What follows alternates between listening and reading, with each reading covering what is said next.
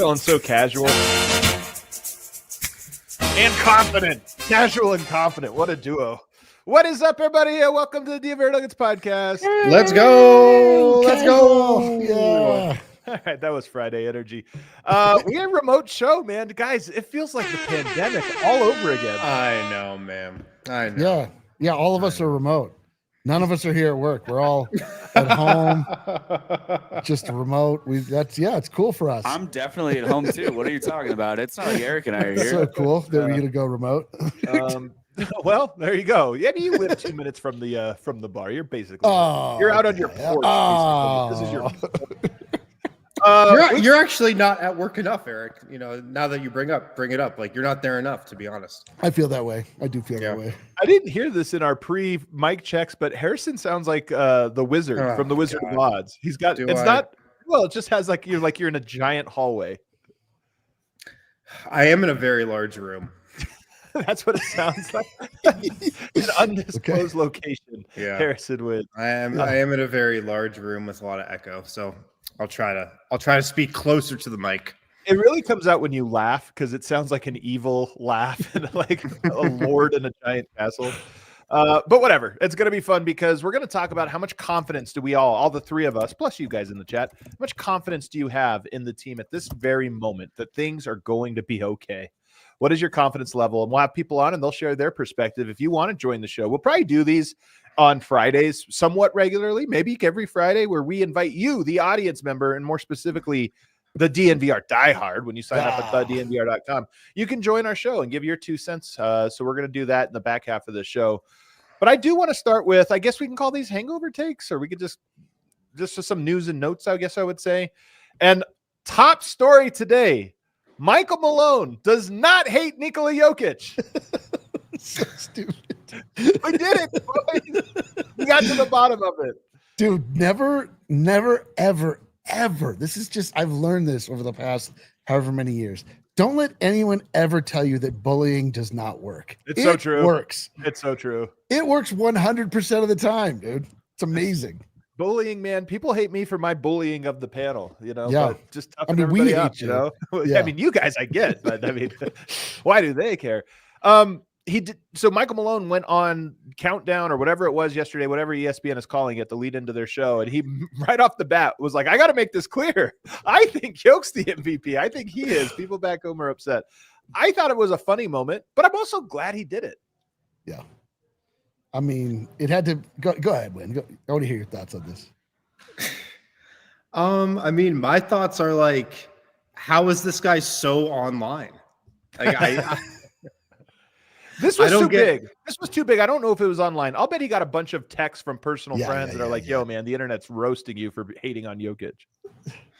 Yeah. I mean, I said on the show the other day, like, I don't think he meant any ill will in those comments. I thought it was like a very AI generated thing you say on NBA Countdown on ESPN.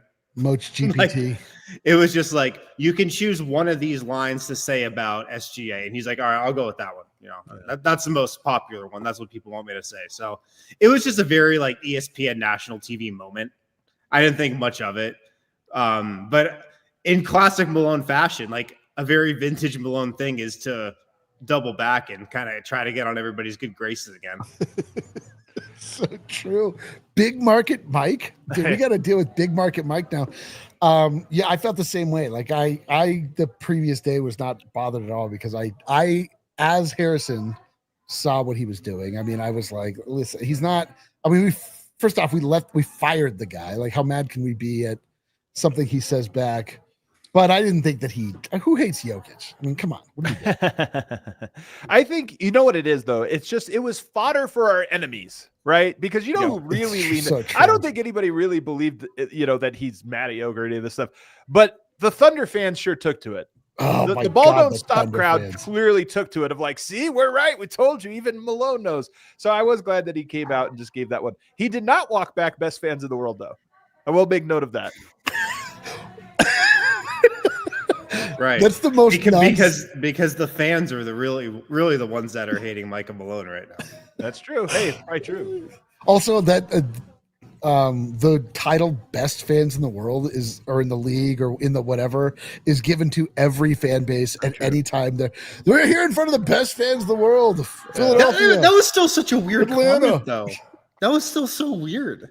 Oh, for sure. But it's because they were loud. I mean, listen, he's trying to play it up. He's big market Mike, bro. And I mean, that was also another one that was definitely on the list of possible lines ESPN gives you to say in a segment. I think there's go-tos, and you're right. And look, man, I got to give it to OKC's fan base, or like their home crowd, I should say. Really good, really powerful. I mean, it is a storyline. So I absolutely do not have to give it to them, and I won't. You don't have to. I don't have to do anything. I'm not going to do it either. I want to get into a couple other things that I thought about that we did not Vote and I did not talk about in our 2-man game about Josh Kroenke's pressers, because we talked about a lot on it. You can go back and watch yesterday's show. I'll get you your two perspective here, but I want to talk about a couple things that we didn't talk about. One of them was, and I didn't actually catch this the first 2 times I watched it, but then I'm with closer listen my third time, I really picked it up, where he was asked about I think it was Ryan Blackburn saying, can you lure free agents to Denver? Because free agents who come here play well and then they get paid big money. And he's like, yes, that's been the pitch for several years. We try to give tell people that. But he goes, but that will be a pitch with some of our young players. And I thought that line was really interesting to me, because who are the young players who he could be talking to? Well, the two that are up for contract right now, Peyton Watson and Christian Brown. Christian Brown, I think, already in line to get paid big money because he plays, or at least in part because he plays with Jokic.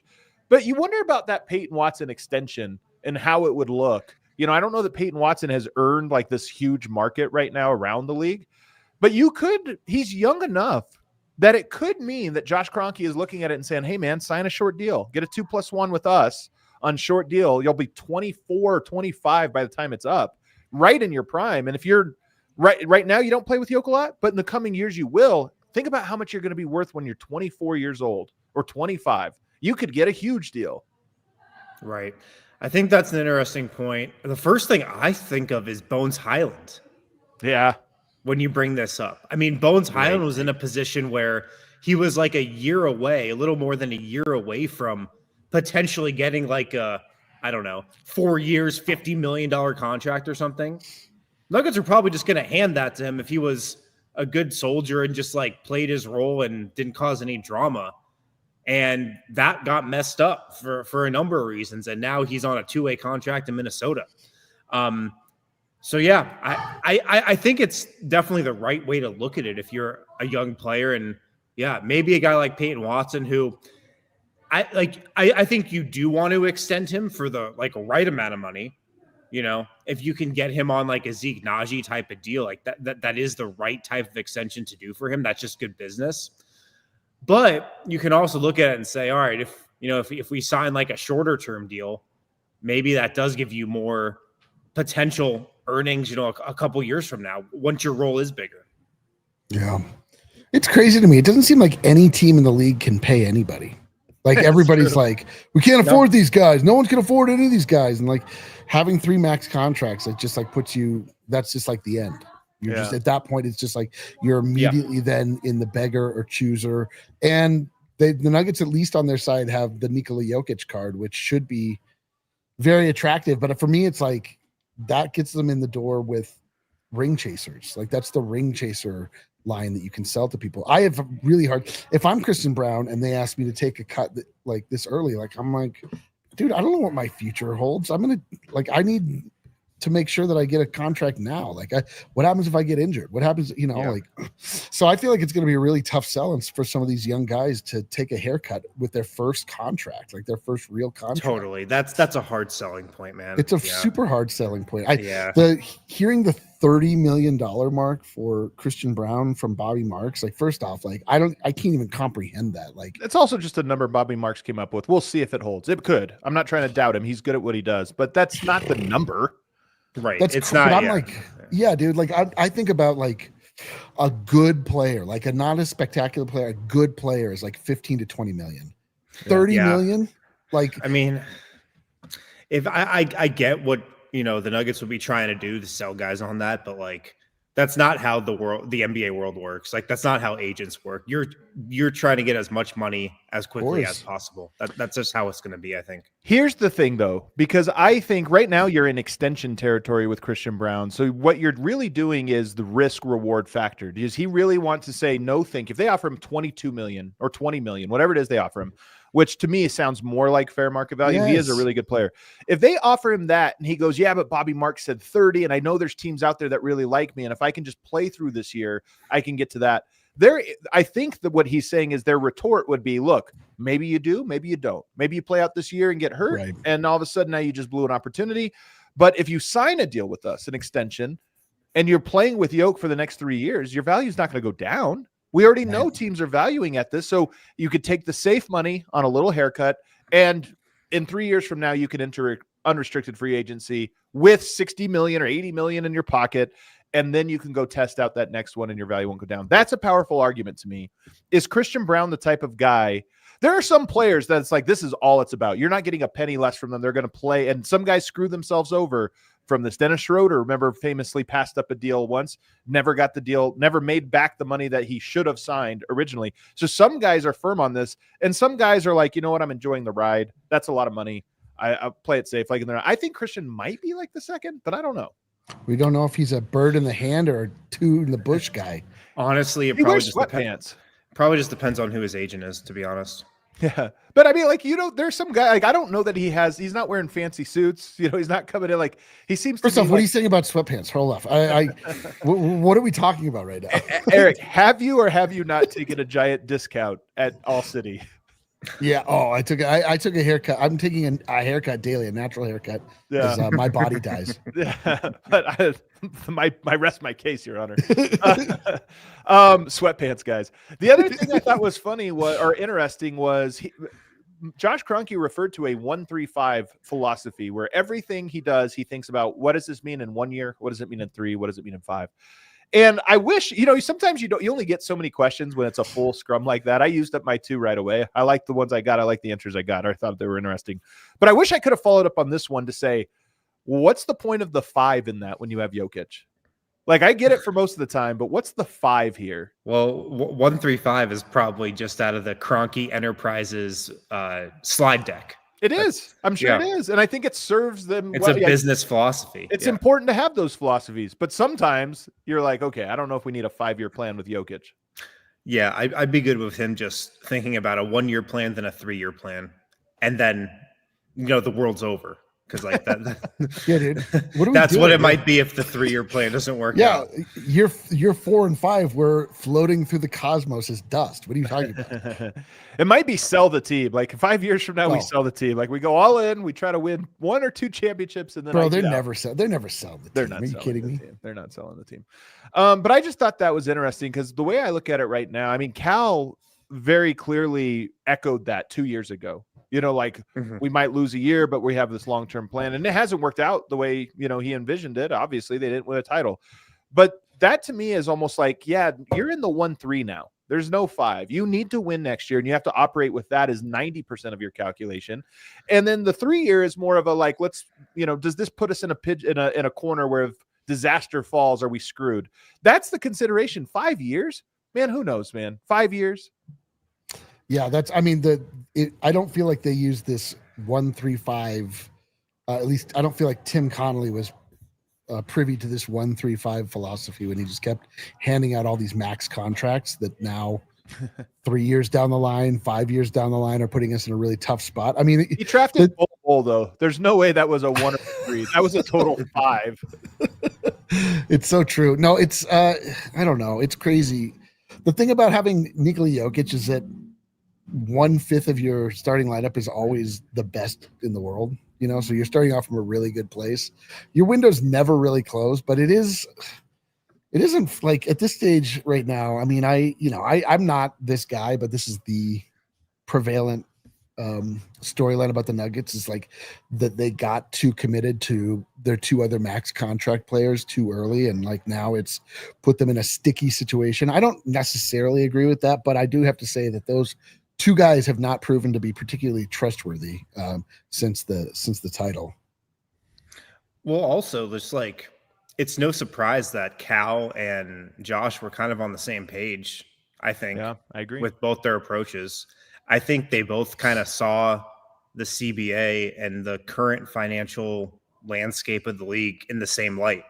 I think they both agreed that like the plan that was getting put forward was the best plan. You know, it wasn't executed the best way. There were definitely a lot of mess ups along the way, but I think like they kind of both saw eye to eye that is the best approach to take. And sure enough, Calvin Booth was reportedly offered a contract extension of some sort, you know, last year. So it is scary because you do want to see some type of shift in philosophy. And I think there will be a small kind of shift, but you know, how big that shift is from Josh probably determines what next year looks like. Yeah. All right. We're going to continue this discussion on the other side and start the discussion about how much confidence we each have. Probably get different answers. We'll do that on the other side. Guys, we've all been there. Your parlay's one leg away. Then a relief pitcher maybe gives up a walk-off, bomb in the ninth, heartbreaker. Some weird stuff happens in a Nuggets game. We've all been there, of course. Check out Hall of Fame Bets. The Hall of Fame app is built to fix that. Started by two lifelong sports fans who also happen to be Ivy League grads. Really smart guys, probably. Hall of Fame makes parlay research smarter, faster, and data-driven. So the best part of the Hall of Fame app, once you built your parlay, you can send it straight to your sportsbook with one click. No manual entry, no waste of time.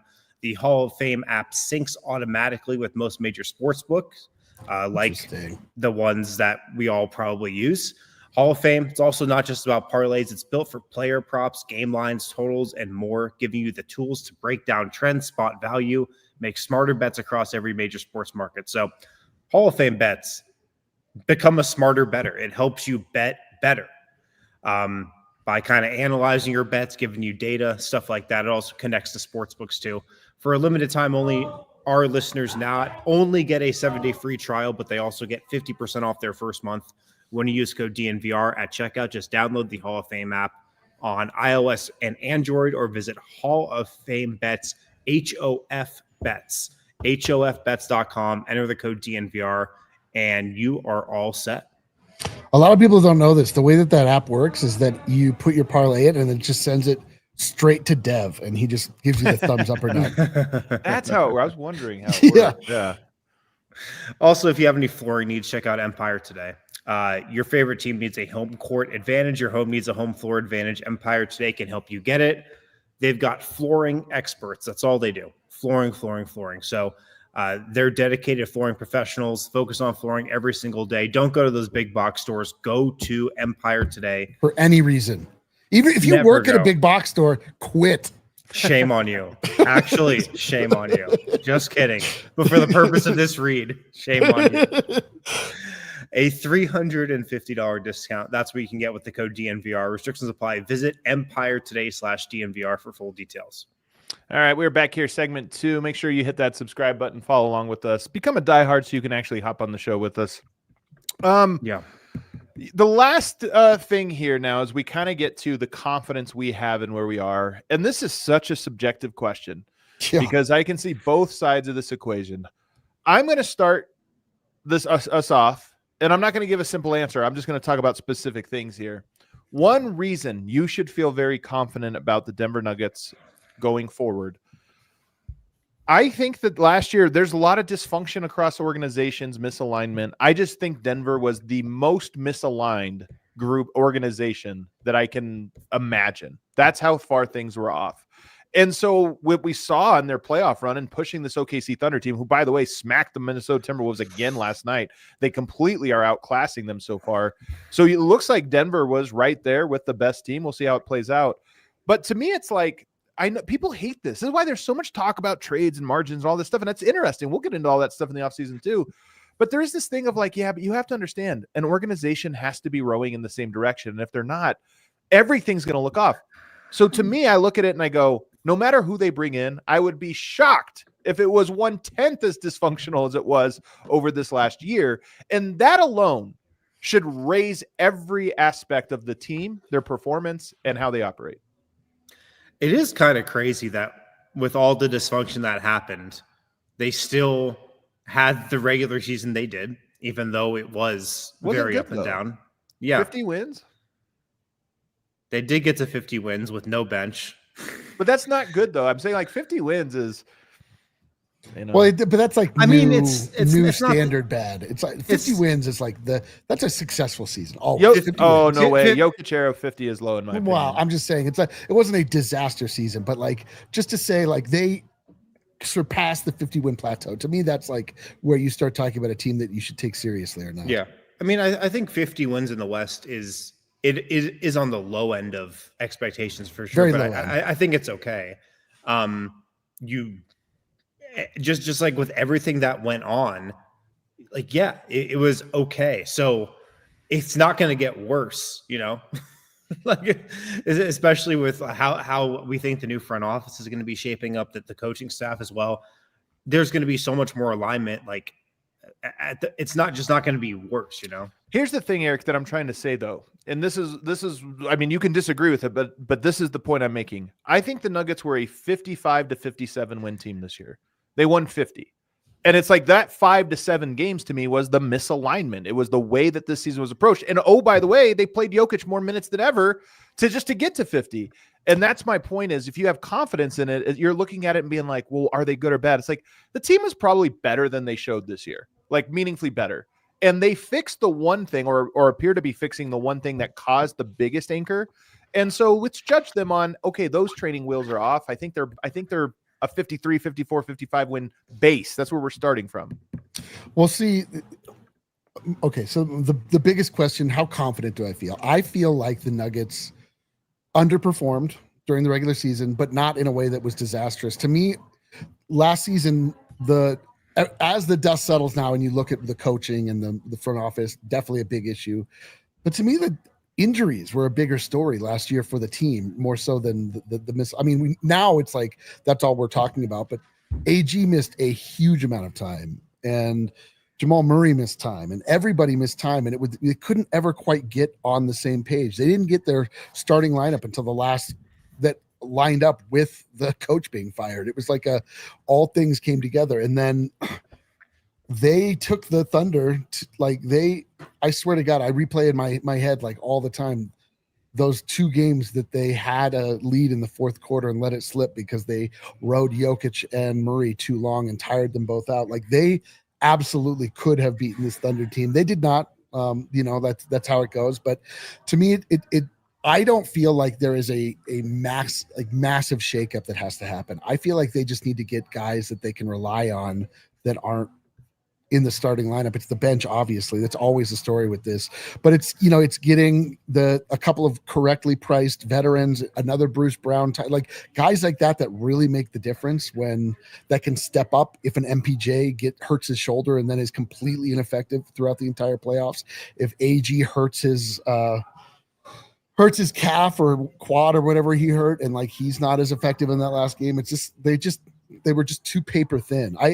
But like the team is not that far off. We're in such a bummer era right now, having just lost. And you have to start looking at all the answers. But we're not as far off as maybe it seems. I don't think. I think the playoff team, I'm with you. The regular season, I don't think the Nuggets had like that much of an outlier in terms of injuries. I mean, if you look at Boston, AG missed almost the entire but that happens. I mean, Kristaps we were talking about that more than half real time. Year. We were talking about that in I know, real but time I'm just saying, like, let's season. compare to a team that won more games than Denver. Tatum missed 10, Jaylen Brown missed 20, Drew Holiday missed 20, Al Horford missed 22, Kristaps missed 40. That's their starters right there, and they all missed more than AG. So to me, I'm like, that happens in the NBA. It's also not like the Nuggets are a young team.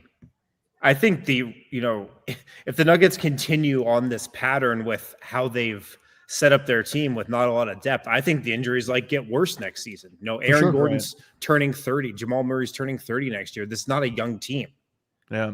So, but to me, the point remains that I think the Nuggets left 5 wins on the table. I mean, easily 5 wins just from the dysfunction that was going on. And I think that dysfunction will be gone. There might be a new problem that comes in, but I think the Nuggets, I'm confident because I think this year artificially depressed them in a couple ways. The other thing here is versatility is key in the NBA. And I think one thing we learned about the playoffs is, and this is where, Eric, you were talking about depth and you're not belief in it.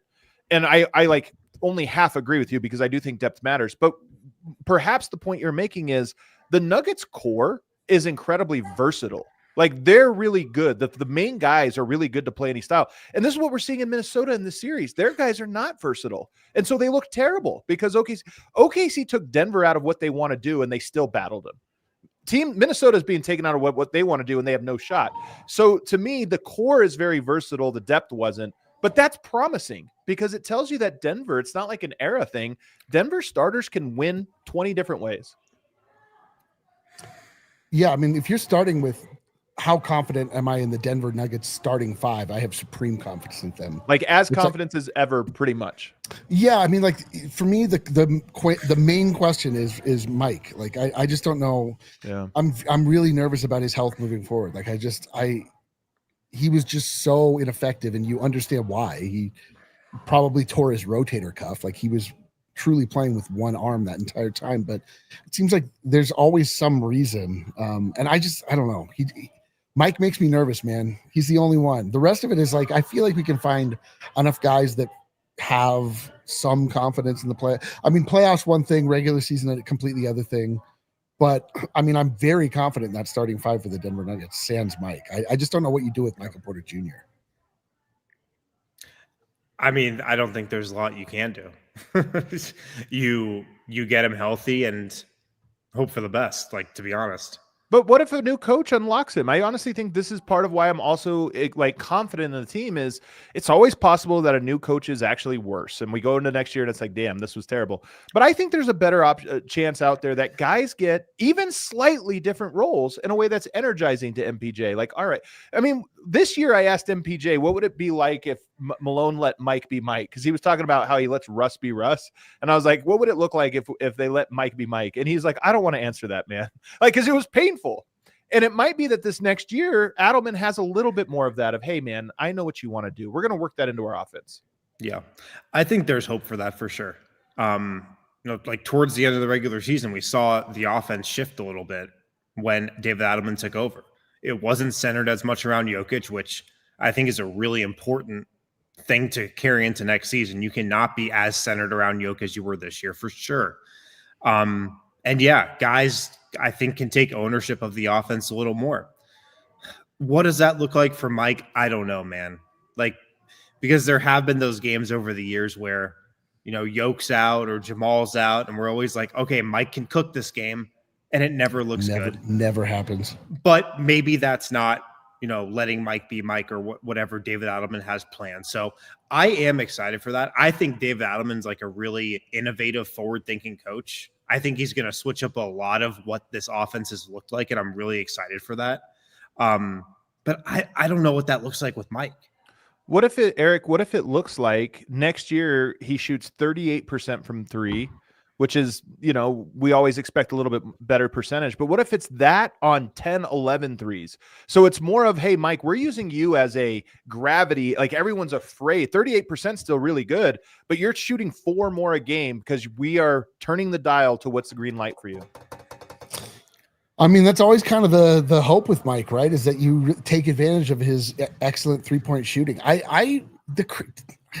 This playoff run shook me so bad with him because he's the guy. He's like the 3-point shooter, and he hit 0 big 3-point shots. Like he hit every 3-point shot he hit was so quiet. It was like, fine. Oh, finally. It was like so out of sorts. And I don't know how much of it I can again, like the man's hurt. So I just don't know what to do with it. But I just don't have any confidence in his 3-point shot anymore, even though the numbers will tell you that I should. I just don't know what the deal is there. I mean, maybe it is he needs to feel comfortable to be and confident to hit the big ones, but it was a rough year, man. The last reason I have confidence is I look at it and I say, I think Peyton Watson will be better next year. It's going to be weird if he was worse somehow. Like, he's basically a third-year player. You expect to make leaps there. And same with Julian Strawther, who's played this year. This will be his second year basically playing.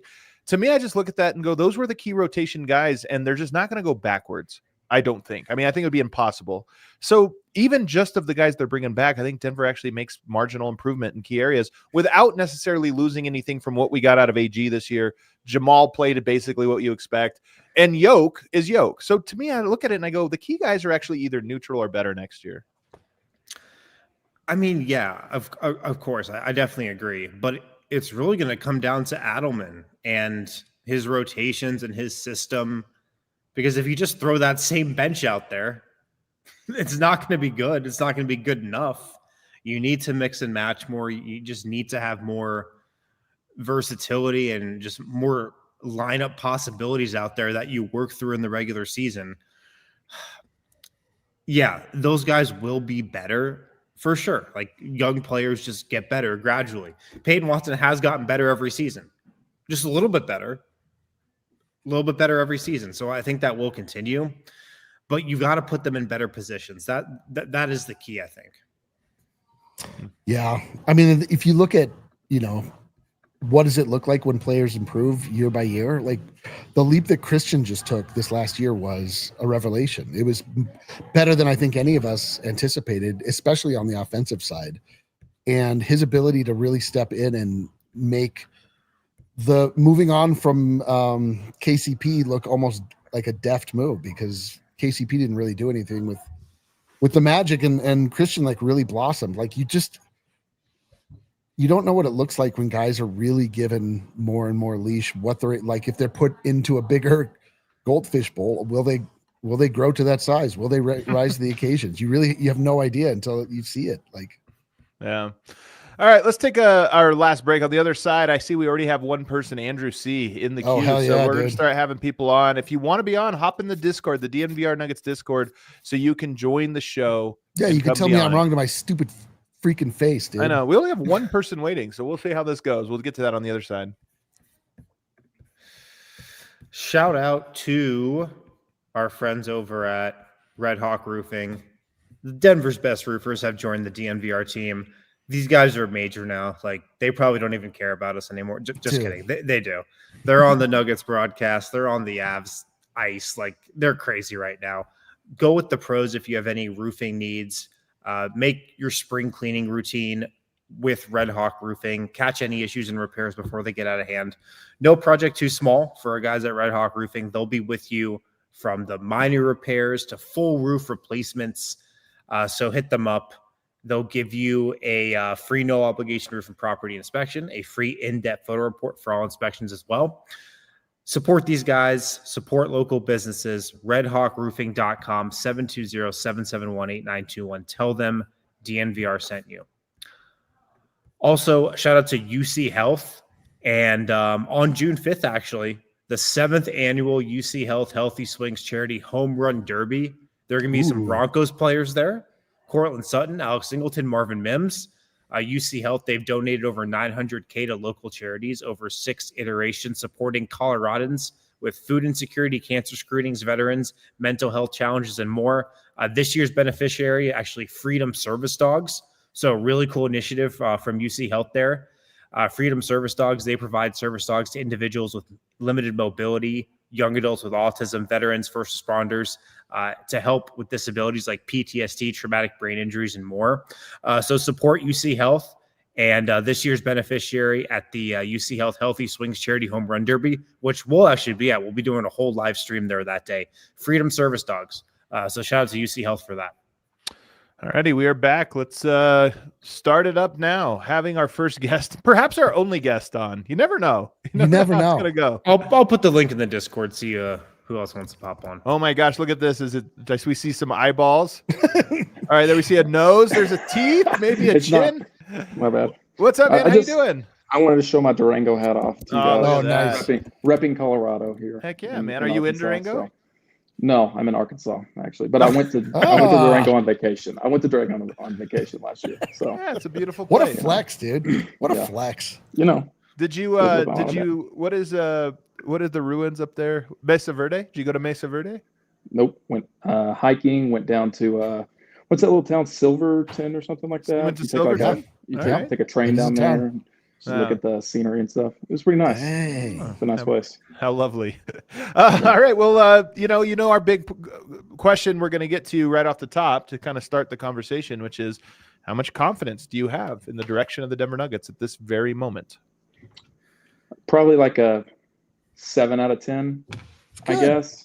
It's good. But mainly because I don't know how to say this without sounding just with this CBA. I feel like Denver's kind of, not screwed, but like they're in a bad spot. But then you look at literally everyone else except for maybe OKC, and it's like, oh, they're kind of screwed too.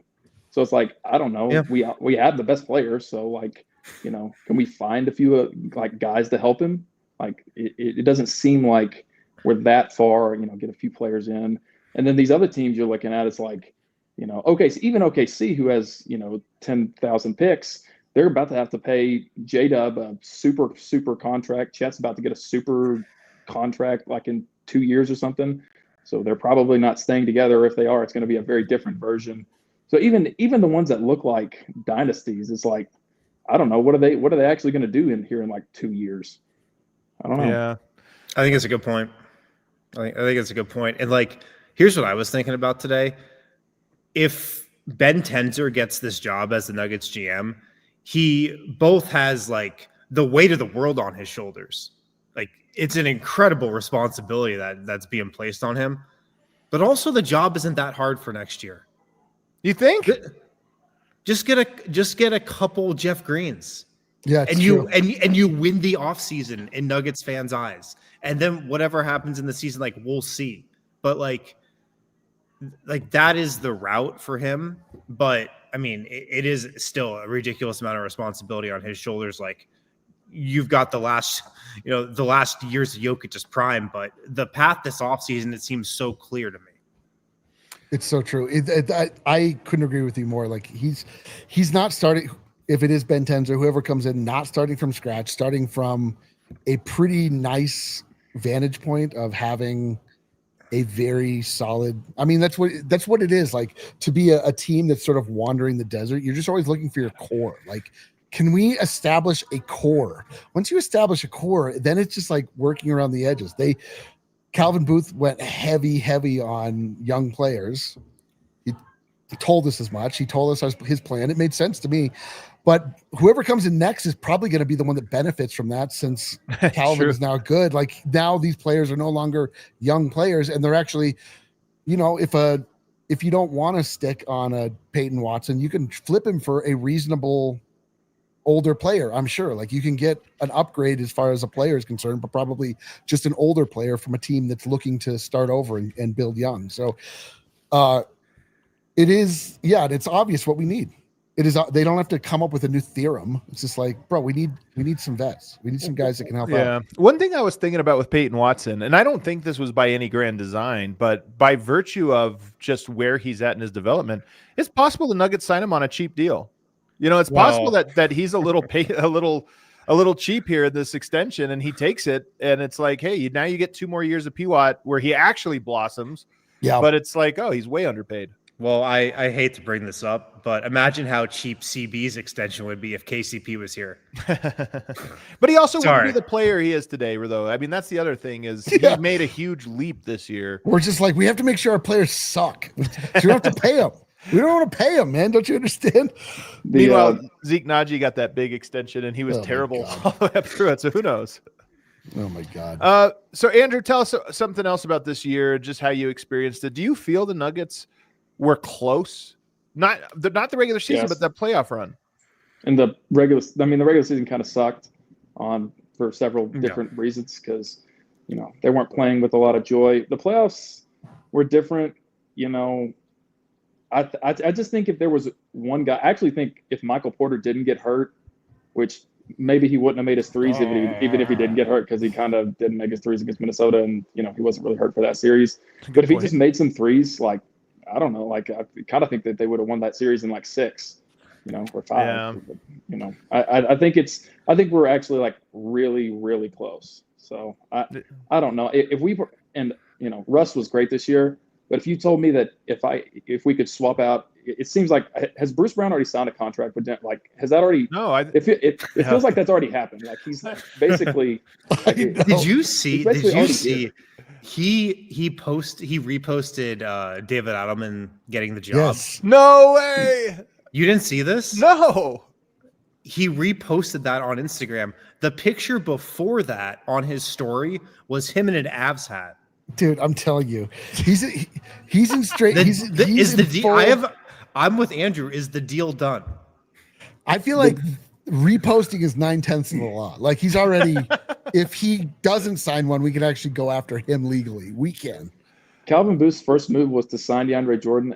The new GM is going to get a much easier slam. The people are going to be like, all right, Side Bruce Brown. This guy, I know, dude. Dude, Ben the Tenzer fan base would go nuts. That's what Ben I'm saying. Tenzer shows up, Deal. sign Bruce Brown, and then we throw him a parade immediately. Ben Tenzer just sign Jeff Green.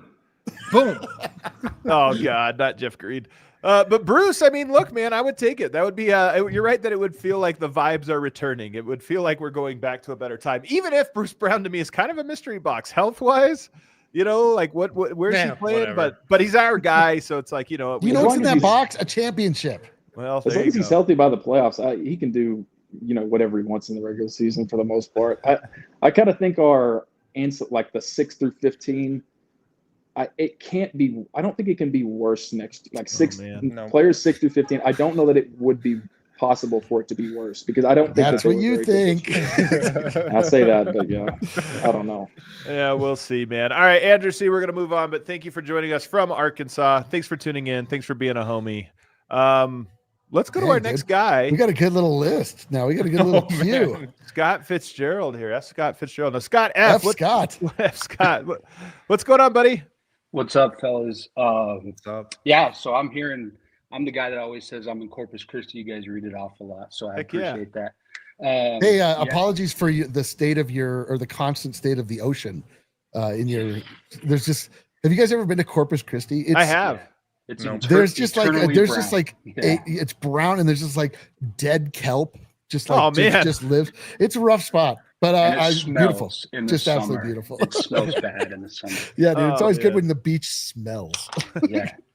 yeah, it's terrible. But yeah, so my confidence for this coming year is I'm an eternal optimist because I've been a fan since the Alex English days. Like I had a Rodney Rogers jersey when I was hell yeah. Let's go. Like this is the greatest basketball that the Nuggets team has ever seen. So without rival. Right. So I'm good with Adam and I'm good with Kroenke staying in home for it because I do believe that the players love him. I do believe that they're going to come back motivated to play for him and show that he deserved this job next year. And so I think I just really think that this is going to be a great year for us. I do have a question though. Fire away. All right. Go for it. So my bad. Permission granted.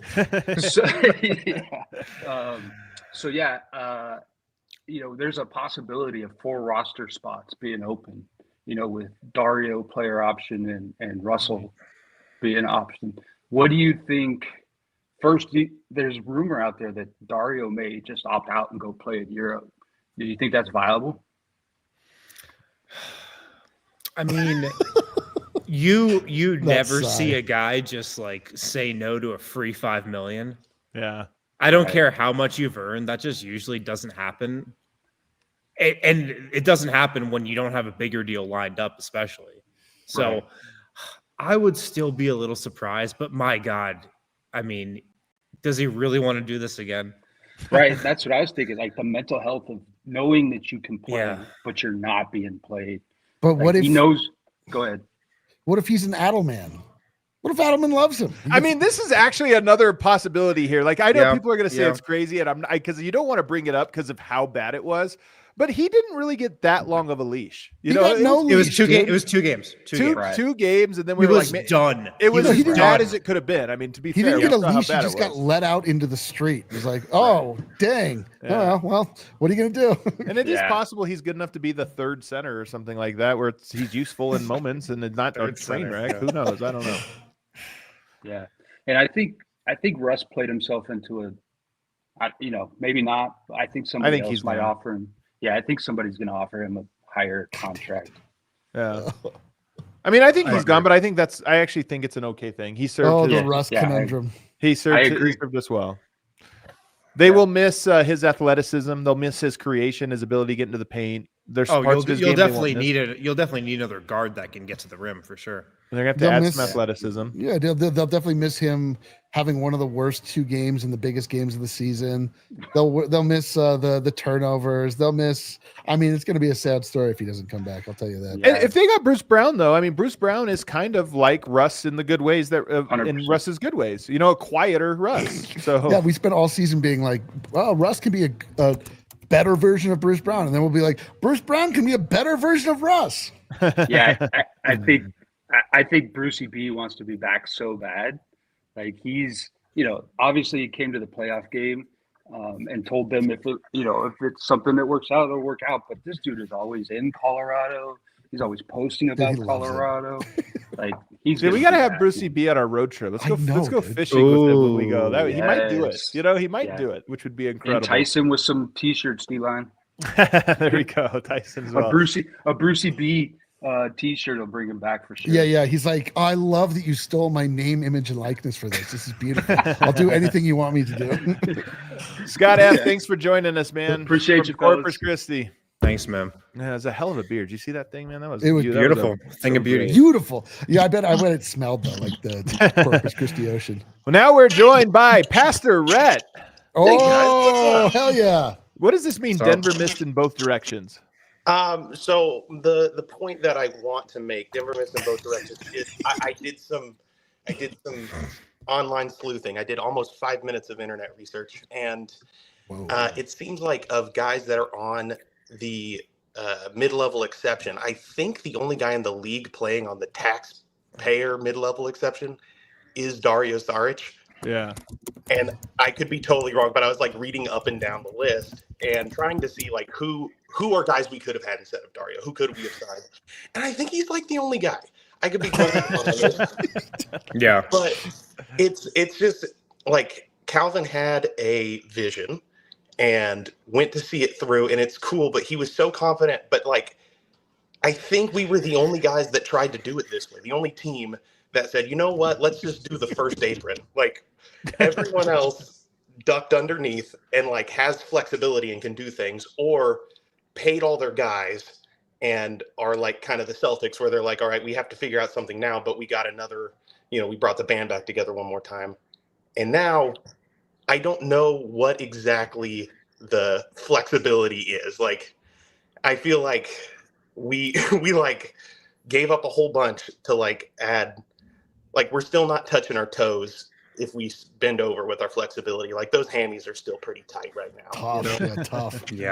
Yeah. So that's my big concern. And then my other thought that I didn't tell you guys about, surprise thought, is the Zeke Naji victory card, the fact that he outlasted Michael Malone. Dude, that's what the offseason is about. We need to go forensically and really figure out what those tarot cards were about. Like now, there's no guessing game. We can just be like, obviously, this had to do with the fact that he outlasted Michael Malone and got 555 minutes for the season. We know Yeah. this. You got to go back with hindsight, figure it out. Like This is the Walter White. I won. Like, Yeah. he Yeah. said there, I won. I Yeah. won. So I mean, I guess my question is, with your sage minds, is what does it look like? What kind of players? Like when I'm trying to set expectations for who could be signed. Did you just change your name, Wind, in Yeah. the chat to is Pastor Rhett really a pastor? Yeah, I might have. I don't know. I almost well, also no, but Okay. that's because I like kind of retired from pastoring like 2 weeks ago. I like Oh, Whoa. congratulations, or I'm sorry. sort of Yeah, dude. it was good. Was it your choice? I've been a pastor and a teacher for like 8 years, and neither one of those pay a living wage. So I Sure. had to figure that out. But no, I'm liking it because I'm actually playing pickup basketball again. So like we're living, the Sinners pickup game on Sunday mornings. You do that, you kill, you get there, you learn, you figure it out. But yes, I guess no. I need to figure out something. I guess I'm just Rhett now. I don't know. Who are we now? We lost in the second round 2 years in a row. You know, I'm adrift. I need you guys to give me something to hold on. So like the Nuggets loss was so devastating that he lost his faith. Yeah. He doesn't even know who he is anymore. He's wandering the streets. Is he a Nuggets fan? Is he a fool? Are we fools? Or we're probably fools. Whatever. Yeah, it's still fun, dude. It's still fun. You know, you're walking through it, right? And every season is a different story, and we find out that I think we all get better than what we deserve. And like basketball gave us this playoff run, and we don't deserve it, but we'll take it, and we'll take the pain of a Game 7 loss with the elation of a Game 7 win. You know, so we're just. Can I ask a personal? We're getting a free sermon here on. I love it. But can I ask a personal favor of you? Is that you stop echoing Adam Mara's talking points about life and basketball, how the two intersect. Me and Pastor Rhett are on the same wavelength. And we're supposed to. I don't want to live. I'm tired of living where I'm just supposed to be miserable 90% of the time to get 2% elation. Can we just like be happy? I'm trying to smile once a week at least. I'm over here. Like 2 years ago, Adam made a point. He talked all about like Nietzsche, like not becoming the monster and like trying to defeat the monster. And I was like, this is my guy. This is my guy right here, man. Hell, boot those other two from the show. Let me just get him out of here a little bit. Yeah, dude. Let us go off Sin. Oh, there it is. So perfect, man. So perfect. No, I mean, you know what? We're in a weird pickle. Let me just ask you about Ben Tenzer. You know, obviously we don't know a ton about him and what he would do here, but what's your gut tell you about if the Nuggets were to make that move? How do you think you would feel? I would feel tepid. I'd feel all right. It doesn't feel good going back to the shark tooth well for like a third or fifth or 85th time. But to be honest, like the Nuggets are good at it. Like most of the time, the guy we hated and we kicked out won a championship. So like it seems to be a fairly proven method. And I'm not a fan of most of like the tried and true guys. So the name that like the best GM maybe they could hire is go out and find someone who I don't know. Like, yeah, then I'll be like, I'm excited. I don't know this guy. He's from somewhere else. But if Ben Tenzer is good, if he's more of if he's more relational than Calvin was, if he understands the organization top to bottom and doesn't have to do any of the getting used to people, learning people's names, learning where all the facilities are, or like what's the best way to get to and from work and all those little things that you have to worry about the first couple months, he will have a significant little like mental advantage there for the first couple months. Like it'll feel good. Whether or not those are the most important months for the GM though. Yeah, for the GM to find how to drive to work. I don't know if that's true, but I think he could start really fast, and that could be really good. I'm afraid of the ceiling, just because it feels like war when like oh, you're now a commander because everyone above you in the chain of command has been shot. But like Tom Hanks and you got to captain the ship because you're just the next Yes. You're the next ranking member. I don't know how to captain the ship. Saving Project Dynasty.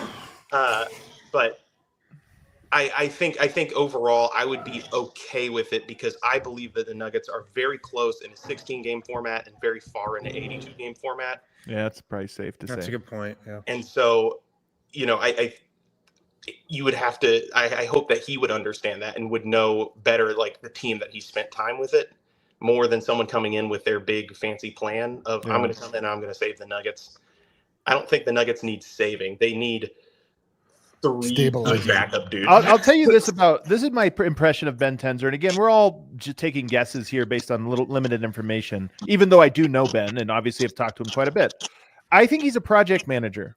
I don't think he's an ideas guy. I don't think he's a guy that's going to come in with a whole lot. I think he's a guy that would come in with the expectation of getting everybody together and leaning on people and then being the decider, being the guy that's like, okay, I have my counsel and then they inform me and this is what direction we're going. But I almost view him to the extreme of that, where I doubt he would have any ideas about what the Nuggets are supposed to do. Ben's a collaborator. Yeah. He's a guy who's going to take everybody's opinion and then they'll come to a consensus. He's not going to be a dictator type where he goes rogue and has his Project Dynasty type plan. Like Ben is very much a collaborator that's going to want everybody's opinion. Yeah. All right, Pastor Rhett, we got one more, so we appreciate you joining us, man. All right. Thank you, gentlemen. Thank you. Good luck. Thank you. May God have mercy on all of our souls. I mean, what better way to end our Friday cast than with our guy 5-5-5-5-5-ish. Holy smokes, dude. Yo. Giving up your location there, man. Be safe out there. Yeah, dude. You don't live at 5555? Oh, I wish. Yeah. So incredible. What's up? How are you doing today, man? Good. It's a Friday. Just ready for this long weekend. Dude, 555-ish wears his jacket like Bill Belichick's girlfriend. I know, dude. It's too warm to wear both sleeves. It's too. It's not stylish enough to wear none. This is a casual Friday, man. It's so true. He's just getting casual with it. No one more casual. So what are you thinking, man? Where's your confidence at? I could go on brand and say 5.5, but really, I feel 7.5. Honestly, is that good? Like, I mean, for where we are in the Jokic arc. I think so. I think that I'm optimistic about Adelman being able to make this team, no matter what it looks like coming in the next year, look significantly different. I'll pull a little reference. It's if the Nuggets were a deck of Magic cards, and Malone was at the helm for almost an entire decade. And sometimes the cards in the deck, they always do their job, but it always depends on how they're being used. So I think with Adelman at the helm, maybe he finds a different ways to utilize the cards. Yeah, he'll play that maybe Malone never did. Or he'll drop the reverso curse. I don't know anything about the reverse foggy owl. The owl bear, dude. I mean, come on. Yeah. All right. I mean, I think we're all kind of there. Like there's like the casual fan, and that's not a derogatory word. I'm just saying the people that don't think about this stuff all day, they just kind of tune in for the games. They're probably pretty low because it feels like a lot of bad things happening and, this or that. And I think if you're following all the time, I don't think you feel like super optimistic. Like the Nuggets are in perfect position, but you're like, the team's floor is so high and they kind of hit their floor last year. So, and they almost won. So how bad can we possibly feel? I think that's how most people feel about it right now. And if they get lucky a little bit, make some smart moves and come together, the team will be better next year. Exactly. Dude, I mean, that is the lasting thought here, is that the Nuggets were so much closer. And the thing that sucks is that this is now 2 years in a row that it felt like if they had just gotten past their second round competition, the road would have been paved to the championship. I feel that even more strongly this year than I did last year.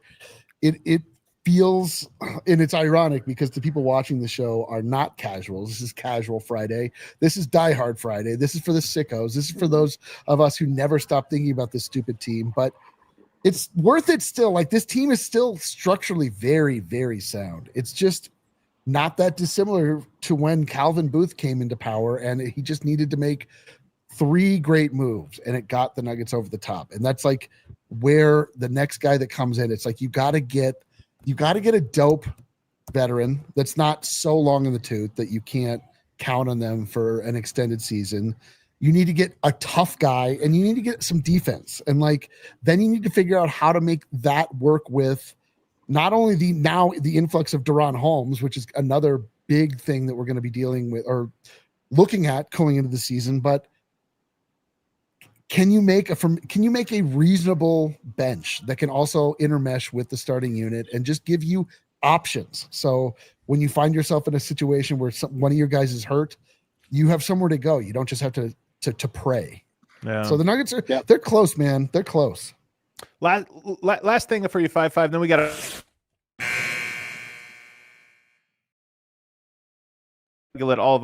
let Kale and everyone else get out to their weekends. But we have traditions now at DNVR Nuggets, like the tarot reading and everything else. How does it feel now knowing you're locked into your 5-5 bid? And now we have a whole offseason to try to figure out what the next one will be. Oh my God. Yeah. I haven't even started thinking about that yet. Nor should it's okay. It's okay. It's off season. Okay. Take a little time to reset. Dude, I got to tell you though, 5-5-5-5-5-5 ish. The first guy who got memed in the entire Nuggets universe was me. My name's Eric. Everyone just calls me D-Line. I didn't choose this. You're now 5-5-5-5 ish. I hope you're not fond of your actual name. You'll never hear it again. You know, it's actually funny because this username, I've had it since I was in, I want to say middle school, a long time ago when I was just starting up YouTube. When YouTube was in its early stages too. And I use a gamer tag that's something completely different. Maybe a story for another day. Yeah. Sounds like not. Yeah. But yeah, what am I going to do if Zeke's not on the team next year? Well, it can't be Zeke. It didn't work out for us this year with the Zeke countdown, I feel. It's going to be the Hunter Tyson. The number hit, but not so consequential. Also, do you work at a train station? Yeah, what's going on, 5-5-5-5-8? The building is right next to a railroad. Sorry if it's super loud. No, I'm just asking questions. The mystery of 5-5-5-5-ish, just layers to the onion. Just keep on peeling. Well, we had 2 years ago, it was 55 wins. That was awesome and exhilarating. And then last year, Zeke actually was surprisingly exhilarating. It was. As we got to it. So we got to come up with another great one, that we count down this next year. I'll be in the thinking tank for that. Okay. Get in the trading of the offseason. Thanks so much, buddy. We'll see you. Yeah, see you, man. All right, let's round it out with some super chat. What do we do to deserve 5-5-5-5-ish? Do you think? Like, I don't think we deserve it. We don't. We definitely every Friday, the entire offseason, I will be looking forward to hearing from 5-5-5-5-5-ish. I mean, if I don't hear from 5-5-5-5-5-5-5-5-ish every Friday, I don't know. I might quit the show. I don't know. I need to be stabilized. He stabilizes me. Hopefully he turns his camera. He's going back to his office right now. He's actually still on camera backstage. Oh, there it goes. That could have gotten rough. That could have gotten really rough. All right, let's get to our super chats. All right. The team from Amin or Amen. The team needs some fresh blood. I like Adelman, but he's also been with the team for a long time. Most of the last season, the team was bored, going through the motions. Maybe it's a new number 2 option. I am very curious to see how Adelman builds his staff. Very, very, very curious. But I will say this: I don't think you should view Adelman at all as an extension of Malone. Even though he was on staff, I think this is a very new regime, even if it's only one guy. I agree. Quickly, I didn't get to respond to this. I cannot believe they hired the coach before the GM. I cannot believe they did that. Well, I mean, maybe they've already hired the GM. They're just saving it. They're like, it's his birthday coming up or something. They're doing an exhaustive search. I mean, I don't know, maybe, but your point remains. You hire Adelman. He now has the power in the GM coach dynamic. No matter what you say, it's like, yeah, but that guy just signed. He was here first. GM, welcome to the party. Work with that guy now, not the other way around. Dude. Yeah. So then he's also, I mean, I know like GM is in theory the way you want to do it first. You want to hire him, then you want him to hire your coach. David Adelman, I think, is arguably the best coach available in the NBA. Agreed. He's arguably the best name available. So why wouldn't you just hire the best name too? But I think he's easy to work with, though. I mean, who knows? But I think he's coming into this with the reputation of I mean, very different than Malone in that way. I think he's like, hey, this has to be collaborative. Yeah. Chris Peters, if we can somehow get some depth in a full camp with DA, I am confident in Denver, especially after seeing OKC go 7 with us and kill everyone else. Yeah. Another camp with Darrell Arthur. Let's do it, dude. Your perspective. It's funny that 2 years ago, it was Boston it was the heavy favorite. And Boston was like, yeah, the only team we're worried about is Denver. That's the only team against tropes. And now you have Oklahoma City. And it's like, yeah, Denver was by far the best. Denver is even if they fall in the public's view or whatever, it seems like the great teams still look at Denver as the team. Because they keep pushing them, man. Denver's a great team. I know. Like, what do you think? Do you think like 26 other teams would trade places? Would not want to trade places? No, let's not do this. Let's not do this. Let's not do it. Maddox, this season I am committed to being the optimist. I love it. That's a good thing to be. DA will excel with a full camp, and the new GM will succeed. Four times MVP. I hope so. I like knowing the new GM will succeed without even knowing who he is. It's incredible. Amin again. Bruce Brown should sign on a vet minimum. Jokic already got him paid more than he could ever imagine. Using the $1 million on another good bench player. Dude, I'd be so. If Bruce Brown, what a hero! If he went out just to get paid $40 million for 2 years, and he's like, "I'm good. I'll come back now." It was all part of the plan. Yeah, it'd be so sick. We got to get Brucey B on the show. If that happens, we got to get him immediately. No kidding. Toko Geta, even seeing Tenzer in a good light. Hiring him would be too late at this point in Yoke's career. The window is tight. We need a proven GM. We don't have time to see if an internal works out, please. Negative. I mean, or at least cautious. Who are the proven GMs other than Bob Myers? That's the thing. Is that there's so many GMs that just have most GMs enter the job unproven. Yeah. Yeah.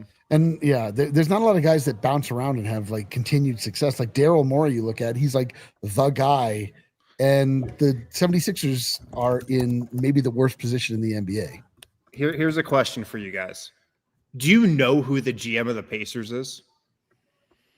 Isaiah Thomas. Larry Bird. No. You're 20 years late. Right, go ahead. Who is it? Reggie Miller. Chad Buchanan.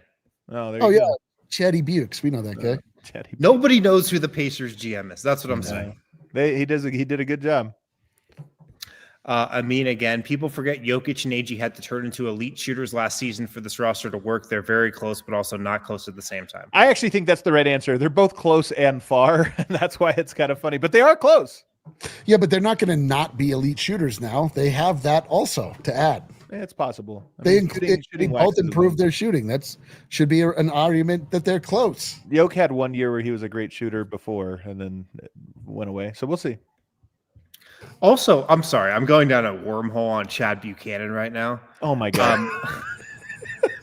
Before he was TikTok. Before he was the Pacers GM, he was the assistant GM for the Hornets. I can't imagine that was a splashy hire when Indiana made it. I know. Good point. Really good point. All I know is that when we hired the former assistant GM from the Washington Wizards, I was like, "What are we doing?" And then it was Tim Conley, and he got roasted in the media for years, and then it turned out he was incredible. He wasn't great in the first year, but Colby Cheeser, $30 million sounds crazy for CB, but he did produce more than MPJ all year. MPJ was making $34 million. Well, I think MPJ making 34 is the crazy part, not the. Yeah. All right, is that it? All right, little Memorial Day weekend for everybody, which means we are not back until Tuesday. Hope you guys are doing what I'm doing, which is getting up to the high country, man. Enjoying God's beautiful nature. Hiking I have around. a feeling a lot of people will be joining you doing that. I imagine your drive up there will be quite, populated. Yeah, that's probably accurate. But we appreciate you guys all hanging out with us for this long. Shout out to the entire crew who made this week possible, our first week of the off season. Great work, fellas. What a good week. I know. A little 3-day break. Thanks to both of you for coming into the office today, really putting in the work, grinding it out. Appreciate your commitment as always. Yeah. Nuggets Nation. Of course. That's exactly how that works. Everybody hit that like button on the way out. We'll see you. We all silly like the mayor.